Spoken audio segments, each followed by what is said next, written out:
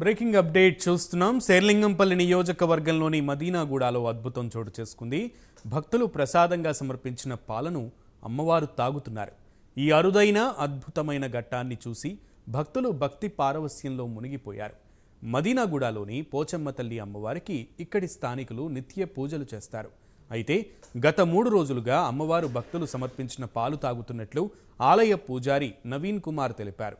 ఇదే విషయం ఆలయ కమిటీకి తెలపగా ఉదయం స్వయంగా అమ్మవారికి చెంచాతో పాలు పట్టించారు. అమ్మవారు పాలను స్వీకరించినట్లు గుర్తించి ఆశ్చర్యం వ్యక్తం చేశారు. ఈ విషయం తెలుసుకున్న భక్తులు పోచమ్మ తల్లి దేవాలయానికి బారులు తీరారు. ఉదయం నుంచి అమ్మవారికి భక్తులు పాలు సమర్పిస్తూనే ఉన్నారు.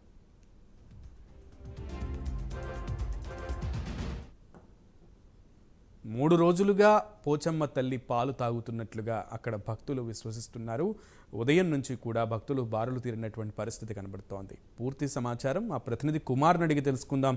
కుమార్, మదీనాగూడలో అసలు ఏం జరుగుతోంది? Thank you Sunil.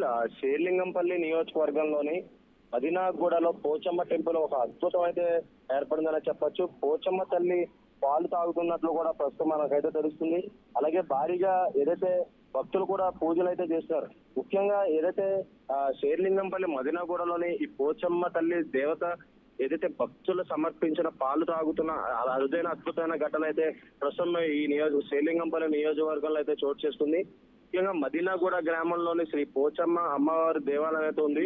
స్వయంభూగా వెలిసిన పోచమ్మ తల్లి అమ్మవారు ఇక్కడ స్థానికులు నిత్య పూజలు అయితే చేస్తూ ఉంటారు.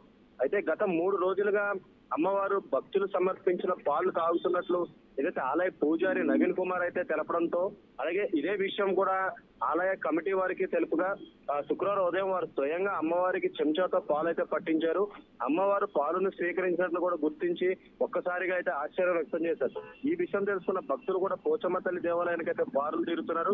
ఉదయం నుండి కూడా అమ్మవారికి భక్తులు పాలు సమర్పిస్తూనే ఉన్నారు. ఈ అద్భుతమైన ఘట్టాన్ని చూసేందుకు కూడా భక్తులు పెద్ద ఎత్తున ఏదైతే పూజలు చేస్తున్నట్లు కూడా మనకైతే ప్రస్తుతం తాజాగా సమాచారం అయితే అందుతుంది.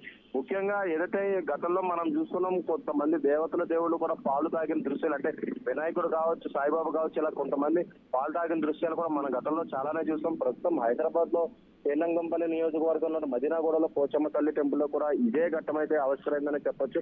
ముఖ్యంగా భక్తులకి తెలియడంతో కూడా పెద్ద ఎత్తున భక్తులు కూడా ఏదైతే గుడికైతే చేరుకుంటున్నారో, అలాగే ప్రత్యేక పూజలు చేస్తూ అమ్మవారికి అయితే పాలు పట్టిస్తున్నారు. ముఖ్యంగా ఏదైతే ఉదయం నుంచి కూడా భక్తులు గుళ్ళైతే బారులు తీరిన పరిస్థితి ఏర్పడింది. Right Kumar, thank you.